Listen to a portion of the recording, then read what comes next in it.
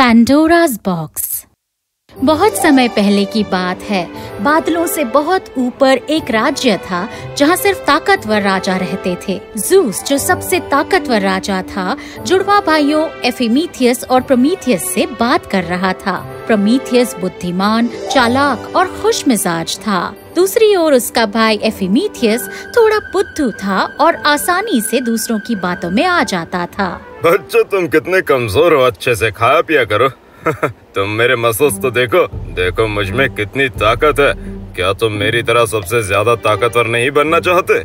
खैर, मुझे आपकी तरह ताकतवर बनने का कुछ खास शौक नहीं है। मतलब मैं जैसा हूँ वैसे ही ठीक हूँ। और तुम्हारा क्या ख्याल है प्रोमी? मैं भी बिल्कुल मेरे भाई एफिमीथियस की तरह ही सोचता हूँ। बच्चों, तुम कम से कम ताकतवर बनने की कोशिश तो करो। हाँ, बेशक तुम मेरे जितने ताकतवर नहीं बन सकते क्योंकि तुम्हारे पास ऐसी ताकत नहीं है।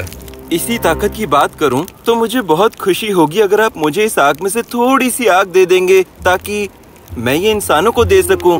उनकी कितनी मदद होगी। क्या कहा?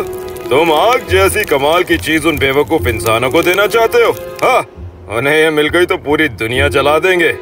पर गरीब लोगों को रात में बहुत ठंड लगती है और सर्दियों में तो बेचारे। इसमें मैं कुछ नहीं कर सकता। तुम अपोलो से जाकर बात करो जो सूर्य पर राज करता है। पर ज़ूस, तुम्हें सचमुच अंदाजा नहीं कि ये हमारे कितने काम आ सकती है। क्या तुम प्लीज हमें थोड़ी सी भी आग नहीं दे सकते? नहीं, मैंने अच्छे से सोच लिया है। इंसानों को आग नहीं मिलेगी।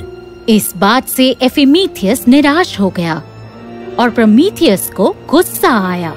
अगले दिन ज़ूस देख रहा था कि दुनिया में क्या चल रहा है। तभी उसने देखा कि किसी घर के बाहर आग जल रही है। वो गुस्से से आग बबूला हो गया। आग? उस इंसान के पास आग कैसे आई? कुछ दूर आगे देखने के बाद उसने देखा कि प्रोमीथियस इंसानों को आग दे रहा था। प्रोमीथियस, प्रोमीथियस, जल्दी से यहाँ आओ। ओह नहीं। प्रोमीथियस ज़ूस से मिलने गया और ज़ूस अब भी बहुत ही गुस्से में था। मैंने तुम्हें इंसानों को आग देने से मना किया था, फिर तुमने आग क्यों चुराई? असल में मैंने आग चुराई नहीं है, मैंने आग अपोलो से ली है जिसने मुझे ये खुशी खुशी दे दी। इंसान रोज रात को ठंड से कांपते हैं और आग जला देने से उन्हें ठंड नहीं लगेगी। ज़ूस, तुम उन्हें ठंड में मरने देना चाहते हो? ज़ूस को समझ नहीं आया कि वो क्या कहे। उसे गुस्सा तो बहुत आया पर वो जानता था कि प्रोमीथियस सही है। बाकी का पूरा दिन ज़ूस अपने कमरे में अकेला रहा। मैं करूँ तो क्या करूँ? उस बेवकूफ प्रोमी को सजा तो मिलनी चाहिए, पर कैसे सजा दूँ?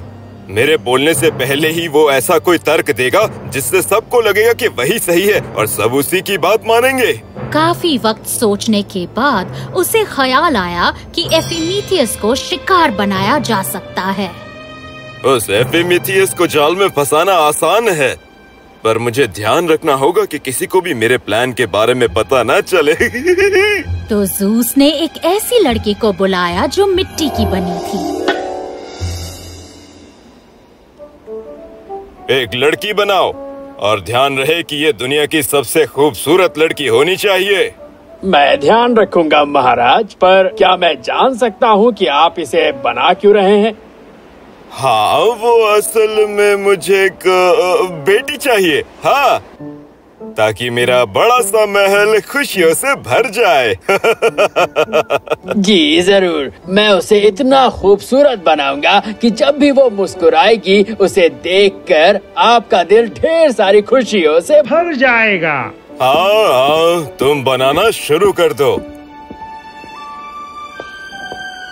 और जब वो बनकर तैयार हुई, वो इतनी खूबसूरत लग रही थी कि उसकी आंखें सितारों जैसे चमक रही थी। हाँ, एथीना, ये ड्रेस बहुत खूबसूरत है। मुझे खुशी हुई कि तुम्हें ये अच्छी लगी। ये सबसे बेहतरीन चांदी से बनी हुई है। मैं इसे सूरज की रोशनी में चमकते हुए देखना चाहती हूँ।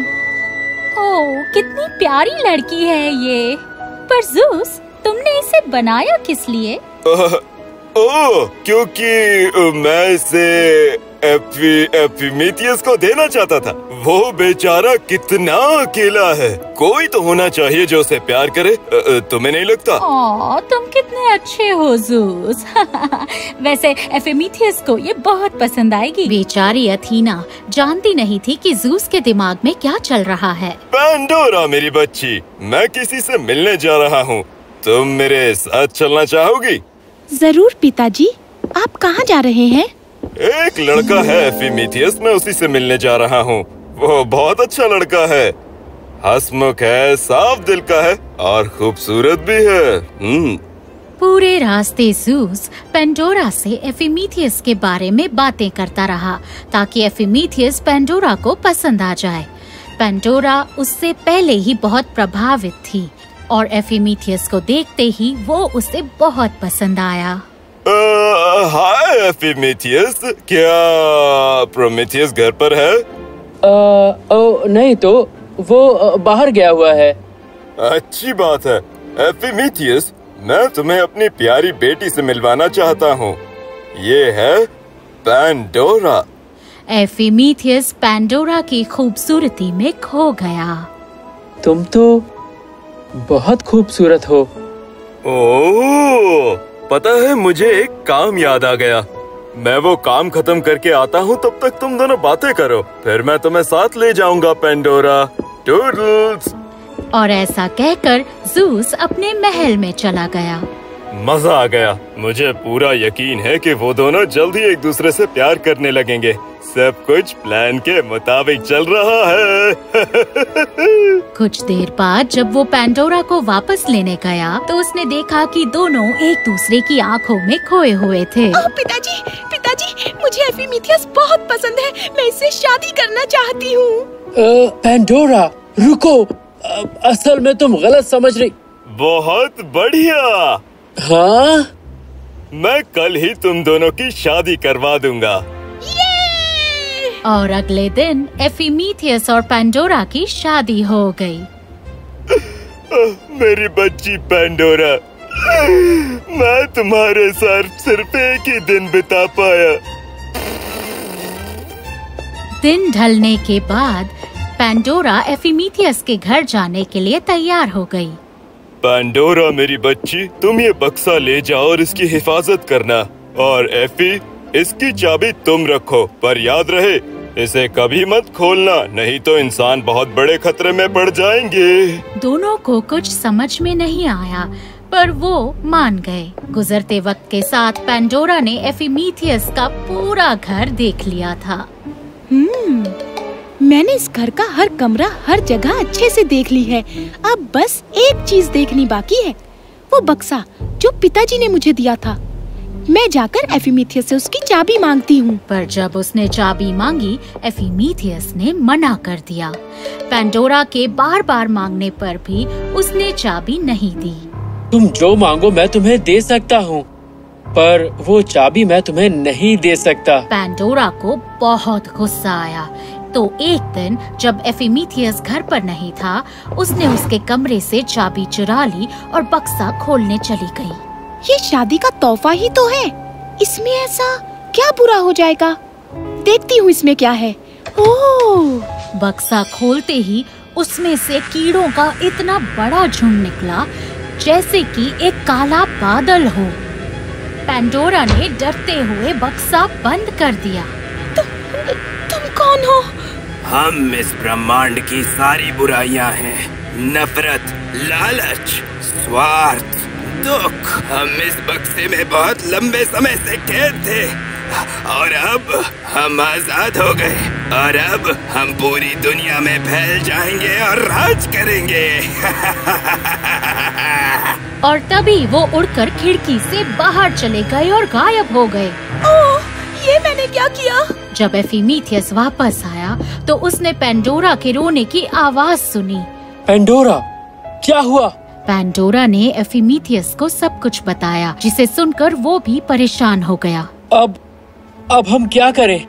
मुझे नहीं पता ये कैसे ठीक होगा। मुझे पता है, मुझे बाहर निकालो, मैं आपकी मदद कर सकती हूँ। तुम कौन हो और हम तुम्हें बाहर क्यों निकालें?